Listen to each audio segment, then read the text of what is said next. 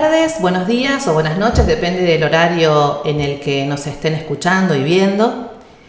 Bienvenidos y bienvenidas a la 1803, la radio del mundo del trabajo, este espacio que construimos en forma colectiva a través de las voces de los trabajadores y las trabajadoras.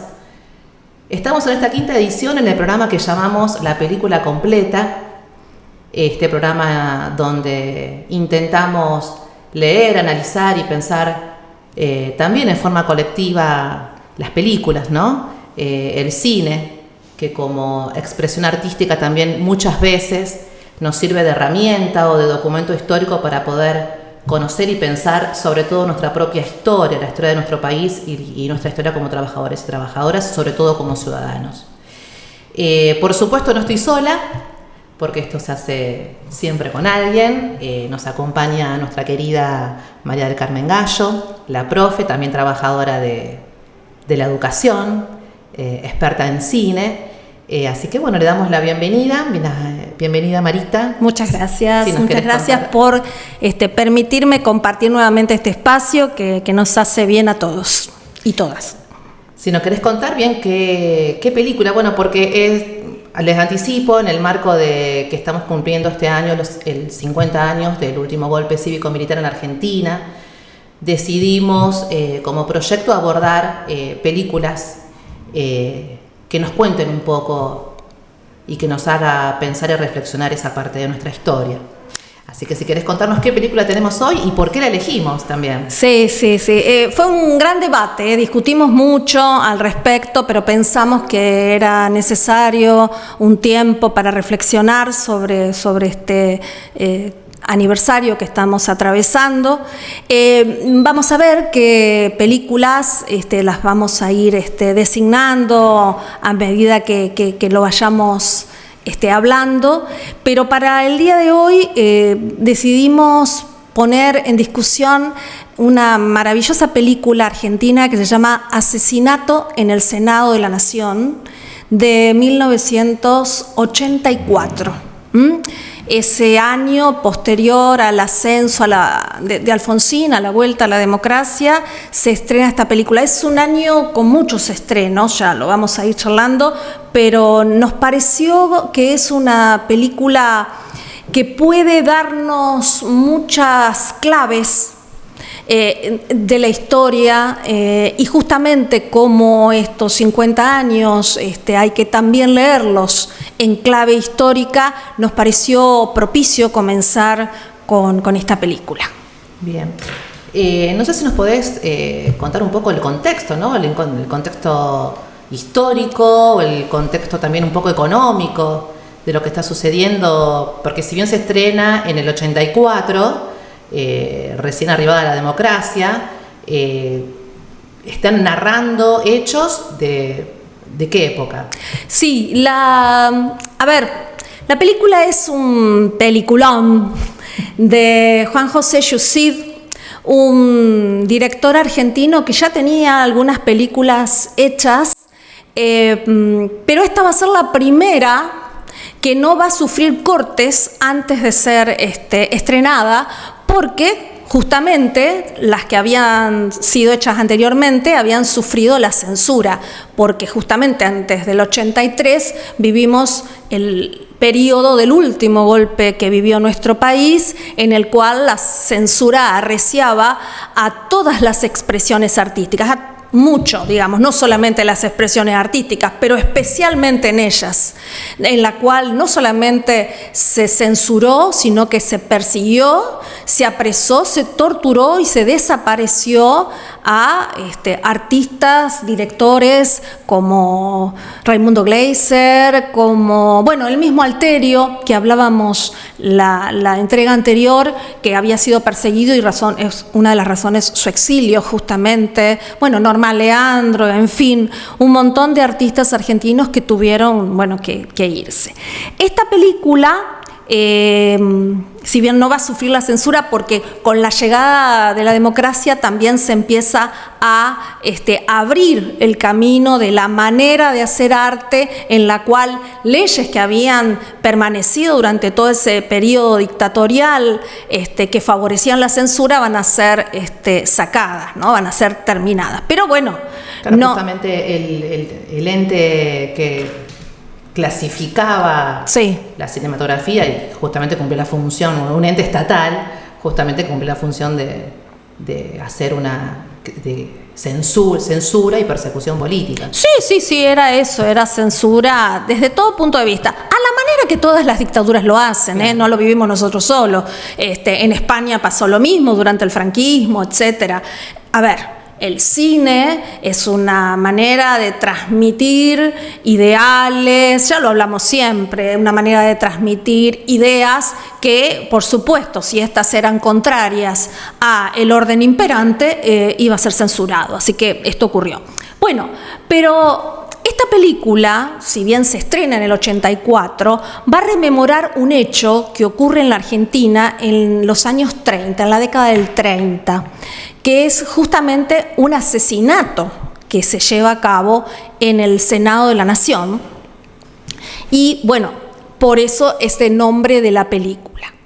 Pero Yousseed no lo va a hacer solo, se va a valer de algo maravilloso, porque la idea no fue solo de él, también fue compartida con quien va a ser el guionista. El guionista de esta película es Carlos Smigliana, que cuando digo esto la gente dice, por ahí no lo conoce, murió muy joven Carlos Smigliana, pero se hizo famoso porque aparece en la película 1985, porque él es quien hace el alegato final junto con el fiscal Estracera.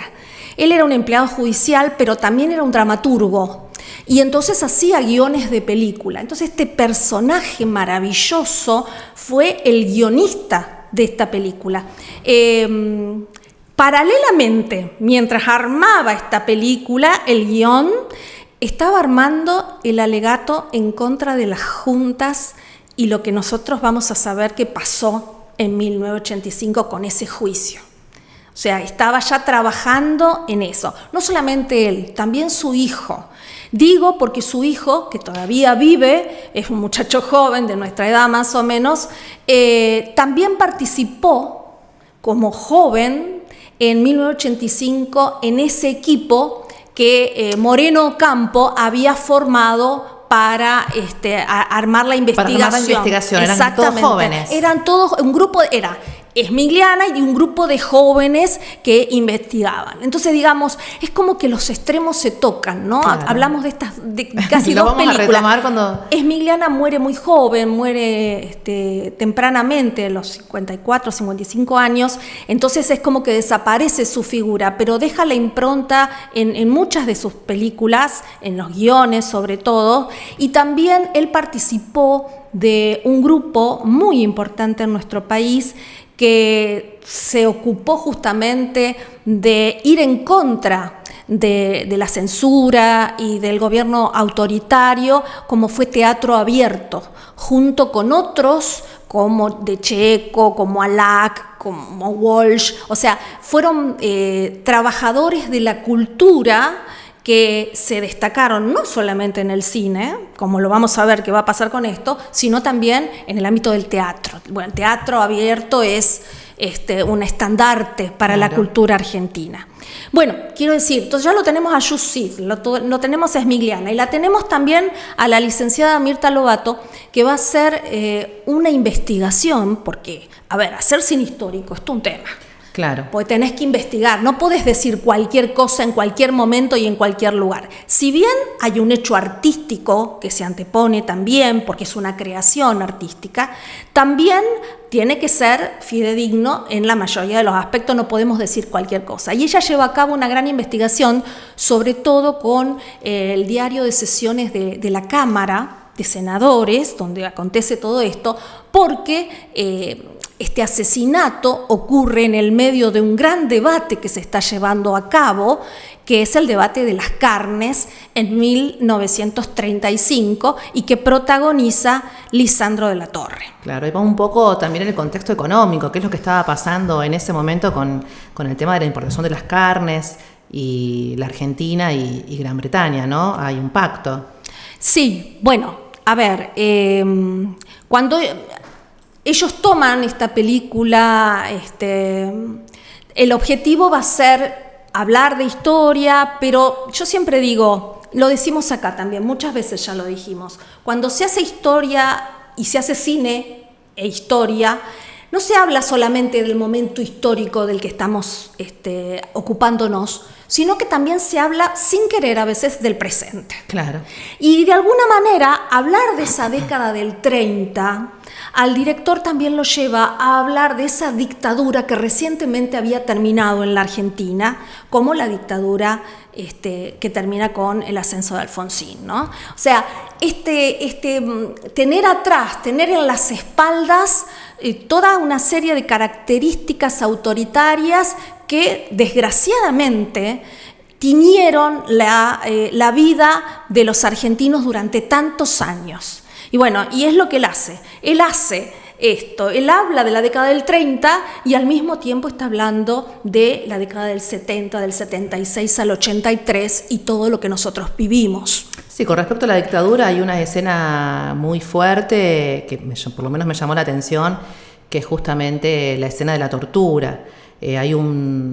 Para quien no vio la película, sin spoilear, lo invitamos a la gente a que la vea, hay un empleado del frigorífico que aporta información al comité de investigación de Lisandro de la Torre y es apresado y es torturado. Y la escena, o las escenas, porque creo que no es una, no recuerdo si es una o varias, por la intensidad de la escena, pues fíjate el efecto, está hecha con una minuciosidad y con una crueldad y con es totalmente explícita en los procedimientos, en los mecanismos y está presente, muy exacerbado todos los detalles.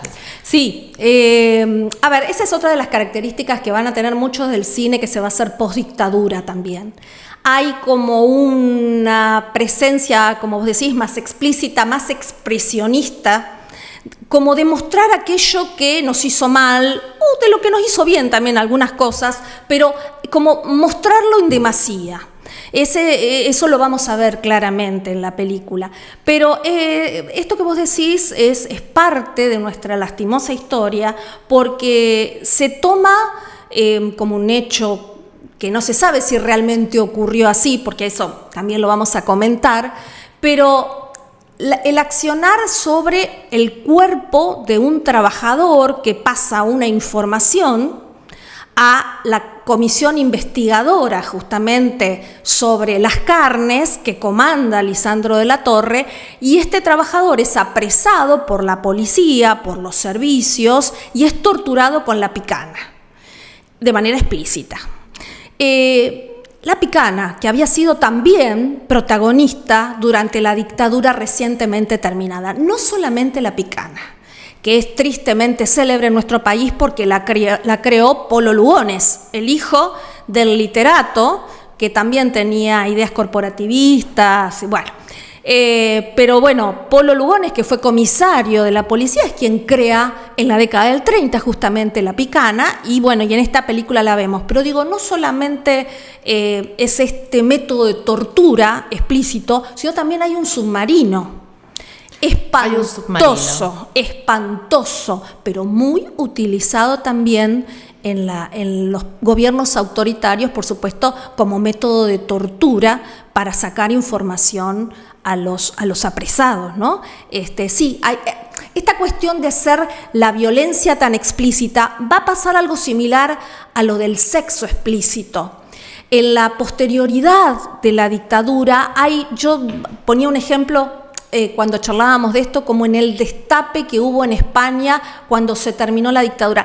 Era necesario decir o mostrar tantas cosas que durante tanto tiempo habían sido silenciadas, que a veces era no muy sutil, porque también había un cine que venía de los años 60 que quizás era un poco más sutil, pero no es el caso. Pero no es la única película. En otras películas de la misma época también se van a ver cuestiones más explicitadas. Hay que decirlo, hay que mostrarlo. Por eso yo creo es que aparece esta tortura de esta manera. Y aparte, no nos engañemos, esto no pertenece al 30 porque las estadísticas no son tan confiables como las sí de la última dictadura, pero la mayoría de los desaparecidos durante la dictadura y torturados y apresados en centros clandestinos de detención fueron trabajadores.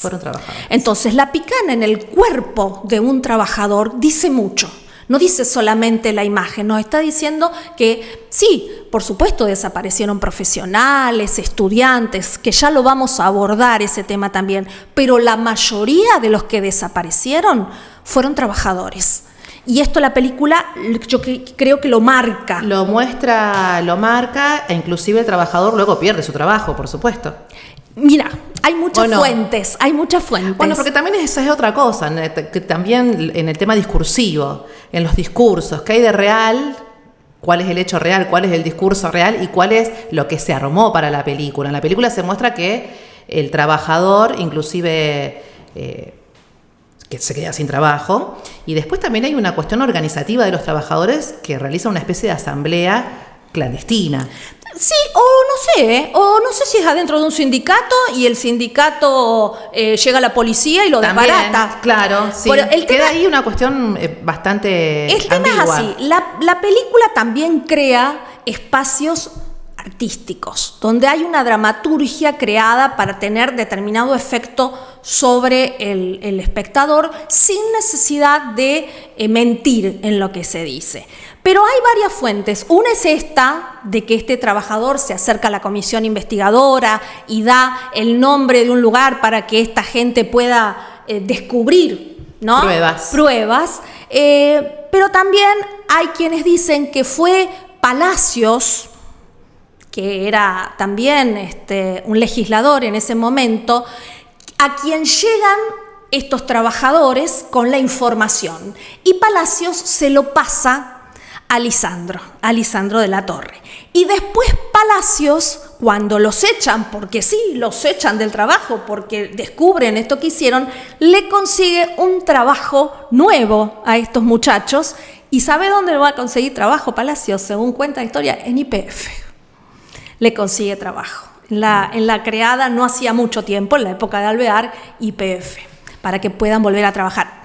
Pero quiero decir, eso es muy poco, no es mucho lo que los trabajadores aparecen en la película. Sí. Sin embargo, es decisiva lo que ellos llevan a cabo.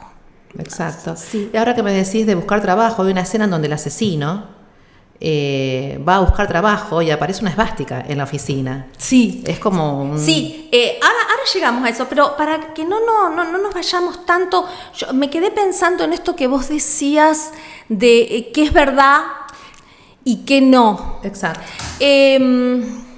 A ver, cuando se hace la investigación, que yo te decía que se estudia el diario de sesiones de las cámaras y se busca los prontuarios, porque un asesinato a la vista de todos tuvo, por supuesto, un proceso judicial, pero no muy profundo que digamos, tampoco mucho. Hay papel escrito. Sin embargo, cuenta Yusid que no había tanto sobre Valdés Cora. Sí, por supuesto, había mucho sobre Lisandro de la Torre, porque estaba todo lo que él decía, estaban los diarios de sesión, está su biografía, está todo lo que conocemos en la provincia de Santa Fe, un político santafesino, rosarino, ¿no es cierto? Esto es muy importante, porque a veces, viste, que parece que nos borramos las imágenes y no sabemos nuestra propia historia. Sí, inclusive Bordaber... También. Que fue el senador a quien mataron. Sí, que todavía no había asumido, pero sí había sido electo. No le habían aprobado los diplomas. Bueno, justamente, a veces es como que no aparece, ¿no? Todo, y lo tenemos que ir descubriendo de a poco. Bueno, pero como te decía, había mucho sobre Lisandro, pero no había mucho sobre Valdés Cora. Entonces eso le permitió a Yusid y al guionista Smigliana crear también mucho sobre ese personaje, no mintiendo, sino a partir del perfil que este personaje tenía por sus características generales y poder crear. Y así está armada la película, porque como vos me decías antes, ahí parece un bueno, que es Lisandro, que es La Torre, y hay, que no es Lisandro solamente, y hay un malo, que es Valdescora. Es entre la fricción de estos dos colosos en que transcurre la película.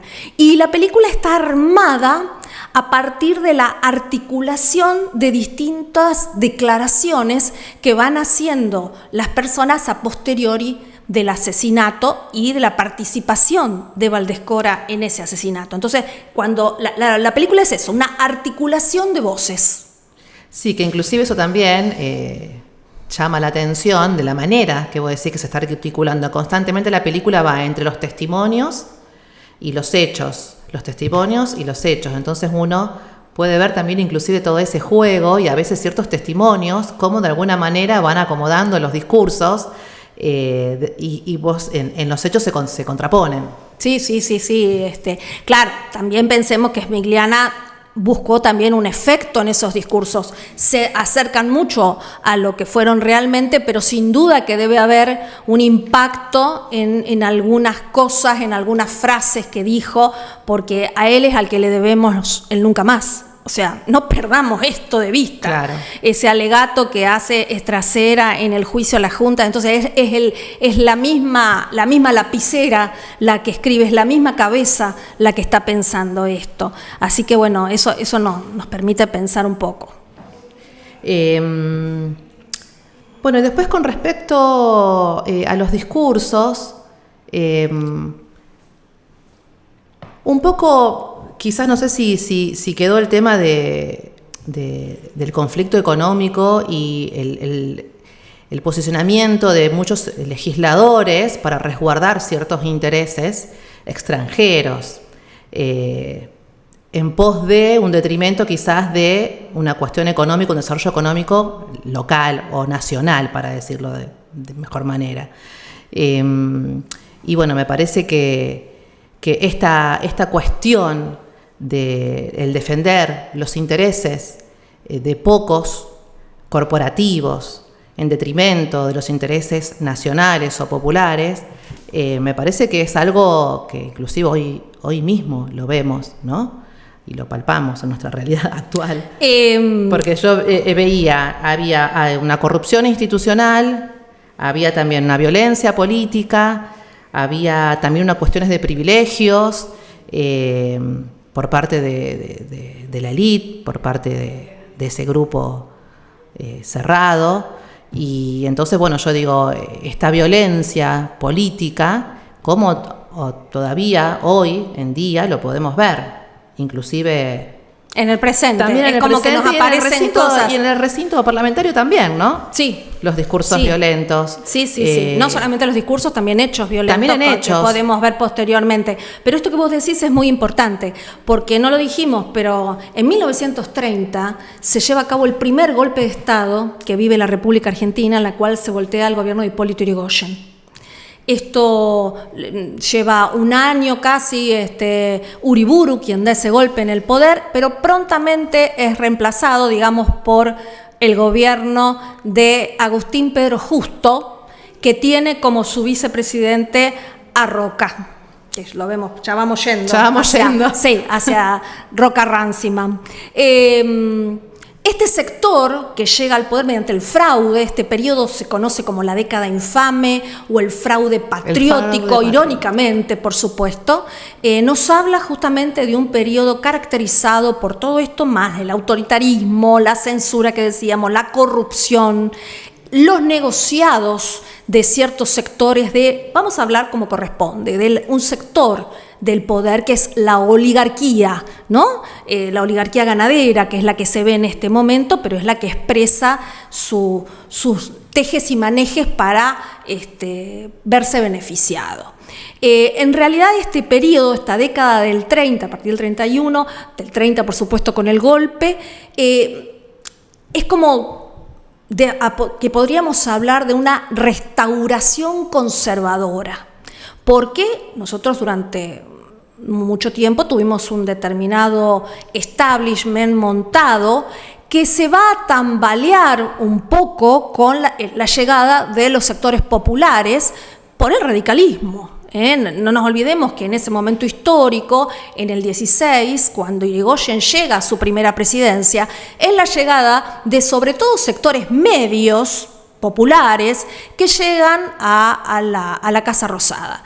Esto, bueno, se va, por supuesto que después viene el gobierno de Alvear, no nos olvidemos que en ese momento histórico las presidencias duraban 6 años, son 6 de Irigoyen, 6 de Alvear, y los últimos 2 años de Irigoyen, cuando es reelecto, lo interrumpe ese golpe de Estado del que hablábamos. Pero lo que vemos es como un resurgimiento de esa oligarquía terrateniente que siempre había estado, porque no se habían ido. O sea, ellos siguieron siendo los dueños de la tierra, los dueños de la empresa. Quizás no había tantos en el Congreso, pero volvimos. Claro. Como para atender nuestros negocios, digamos, pues son los verdaderos dueños de la tierra, que hoy también los tenemos, ¿no es cierto? Son, claro. O sea, que además de ser los dueños del poder económico, son también en ese momento claramente los dueños del poder político. Exacto. En el cual es utilizado para defender sus intereses. Lo que ocurre es que muchas veces lo hacen de manera más sutil y otras veces lo hacen de manera desenfrenada, de manera corrupta, abiertamente. Esta década del 30 también se da una serie de hechos, no solamente el de las carnes, que hablan de corrupción por todos lados, problemas con las empresas de electricidad en Buenos Aires, con la venta de tierras en el Palomar. O sea, estamos viendo el resurgimiento de ese grupo que vuelve al poder y que hace de las suyas, mientras el pueblo sufre. Porque no nos olvidemos que en 1929 había habido una crisis de orden mundial, la segunda crisis del sistema capitalista. Esta crisis que explota en Nueva York tiene repercusiones en todo el mundo que está conectado con la economía capitalista norteamericana. Y bueno, nosotros también, esa crisis llega a todo el mundo. El único que no la siente es Rusia, porque está embarcado en un proceso propio, ¿no es cierto?, en sus vías hacia el socialismo, pero el resto del mundo sí siente, que ya además venía golpeada por la Primera Guerra Mundial, ahora se le suma esta crisis que golpea a todo el mundo y que va a ser justamente digamos, como el puntapié inicial como para que después nosotros tengamos que formar parte de este pacto. ¿Por qué? Porque esa crisis que deja desocupados, empresas que quiebran en todo el mundo, igual que en la Argentina, va a tener la respuesta en muchos lugares, como ya lo hablamos alguna vez en esta mesa, de un Estado que empieza a intervenir más en la economía para tratar de solucionar estos desaguisados que la libre competencia viene dejando. Bueno, esa crisis del 30 que tiene estos resultados también va a tener formas de resolverse en los países centrales, específicamente Inglaterra. Esto es así que en 1932 ellos sienten esta crisis tan fuerte que los ataca, y ellos también tienen un montón de desocupados. Estados Unidos nunca había tenido tantos desocupados. Las Hoovervilles, las villas miserias en Nueva York, es lo que más hay en ese momento histórico. Pero como te decía, en Inglaterra toman la decisión de firmar un pacto con todas sus colonias y excolonias, lo que se llamó el Pacto de Ottawa, en el cual se terminaba decidiendo que Inglaterra solamente iba a comerciar con aquellos que habían formado parte del Commonwealth, o sea, de los países que habían sido colonias británicas. Entonces iban a comerciar con la antigua Canadá, que había sido colonia de ellos, con Sudáfrica, que todavía lo era, con Australia, con Nueva Zelanda, con algunos países del África en general. O sea, estamos diciendo que Inglaterra, para salir de esa crisis del 30, se cerraba sobre sí mismo y con sus colonias. Y adivina, nosotros quedábamos afuera, porque nosotros no habíamos sido colonia británica. Ante ese contexto es que el gobierno argentino justamente toma de pretexto todo esto, y es que se empieza a formular de manera clara hacia el 33, lo del Tratado Roca-Runciman, para poder restablecer los nexos comerciales con Inglaterra. Este pacto va a estar especialmente relacionado con la compra de carnes que los ingleses siempre nos habían hecho. Porque esto vale la pena decirlo. Una vez que España se retira, cuando nosotros dejamos de ser colonia española, el que toma el lugar de promotor, de país extranjero que controla, digamos, la periferia, es Inglaterra en el caso de Argentina. No hablábamos inglés, pero la verdad que ellos habían fijado acá patrimonio. Y ya hablamos de esto cuando hablamos de la Patagonia Rebelde y de la compra de tierras y del ferrocarril y de los frigoríficos. Entonces eso estaba presente. Esa va a ser el contexto en el cual se pacta este pacto Roca-Runciman. Más que claro, Marita. Dos cosas que me gustaría agregar. Yo cuando miraba la película no pude dejar de pensar en el intento de magnicidio contra la senadora Cristina Fernández de Kirchner y en lo que significó, más allá de su persona, sino su investidura. Y me pareció fundamental traer acá, importante, me llamó la atención el discurso final de Lisandro de la Torre, que les voy a leer una parte, porque él dice: las balas que traidoramente hirieron a Enzo Bordavere en realidad estaban dirigidas al centro del Parlamento, y por eso es un crimen político. Es a este Congreso a quien la violencia, la oligarquía y el imperialismo quieren silenciar. Y después dice: son ciegos quienes no quieren ver una conjura sobre las libertades argentinas.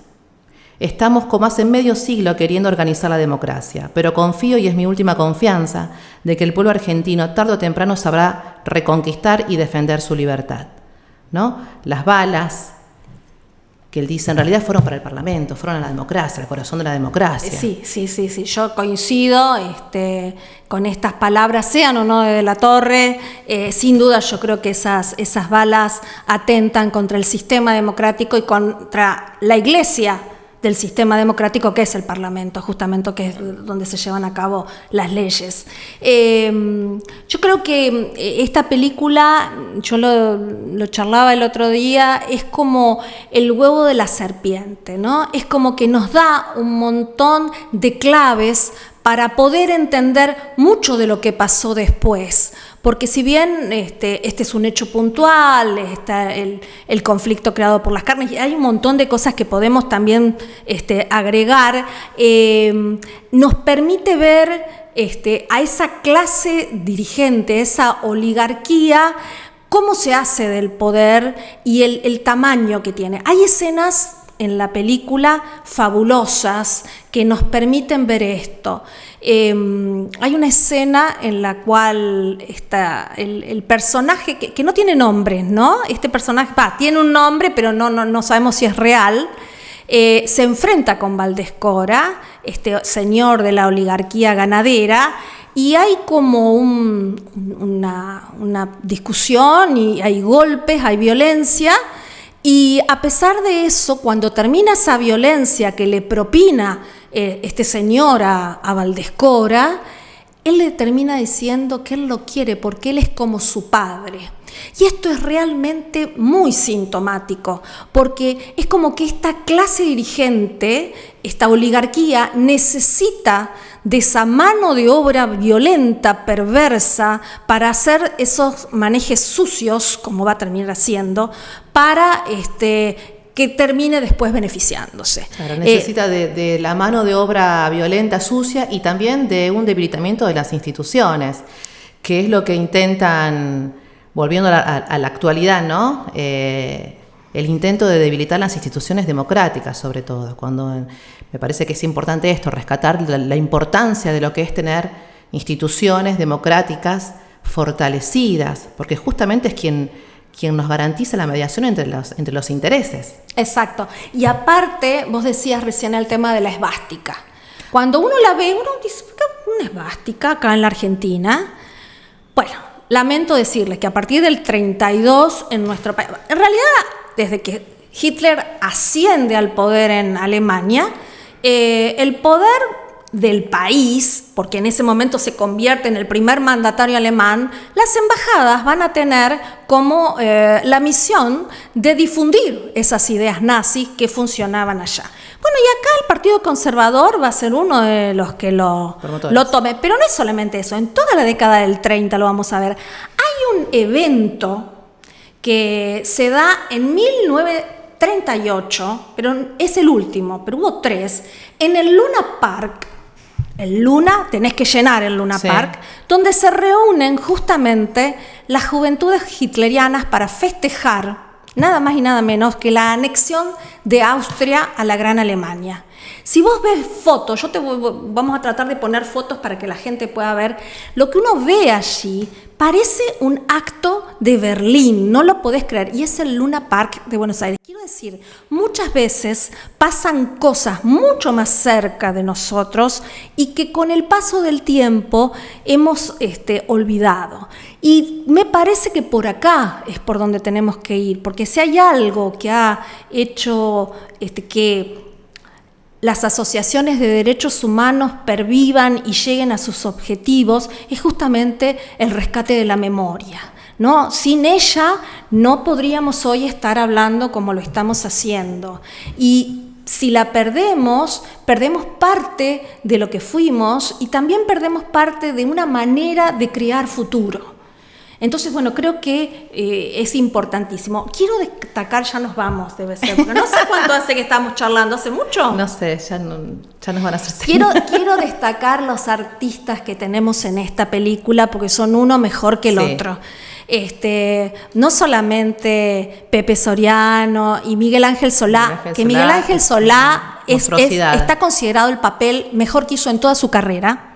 Tenía 36 años cuando lo hizo. Y parece un tipo de más de 50, se pela, se saca el pelo como para... Pero todos están superlativos. Sí. Marta Bianchi está estupenda en esa madama que me hacía acordar a Pichincha, porque realmente es la década del 30, el periodo en el cual empiezan a cerrar los burdeles, claro, acá en Rosario, al igual que en Buenos Aires, que los van llevando para la periferia.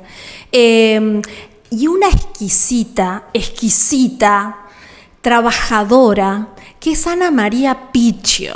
Ana María Picchio, que va a pedir por su marido, que es al que torturaron, al trabajador que se llevaron y torturaron. Y ella va a ver si el de la pensión, porque tampoco era que trabajaba en ningún lugar de la alta sociedad, pensión cualunque, si por favor le pueden dar una mano para sacar a su marido, ¿dónde está? Porque ya no lo encuentra. Esa estoy hablando... ¿Es una participación...? No, yo no sé si es una participación pequeñita, especial. Aparentemente, pero es, pero como siempre, vos decís, exquisita. Y exquisita. Siempre la trataron de pobrecita. Lo que pasa es que nosotros tenemos actores tan maravillosos. Esta película, Asesinato en el Senado de la Nación, peleó casi cabeza a cabeza con Camila para ir a representarnos por los Oscars.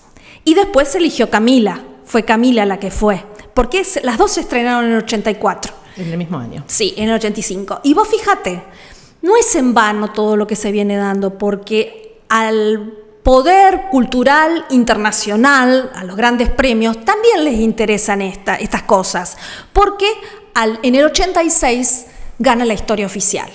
Claro. Y en el 2010 gana El Secreto de sus Ojos, donde se vuelve a hablar de la historia argentina y de nuestro pasado autoritario.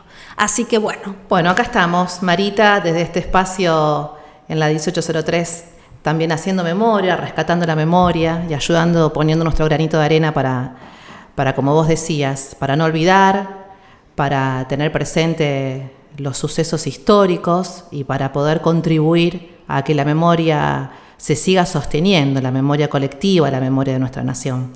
Así que bueno, les recomendamos que quien no la vio, que por supuesto la vea. Sí. Espero que se hayan interesado y bueno, y las esperamos y nos encontramos nuevamente en la próxima edición de la película completa. Muchas gracias. Gracias, Marita.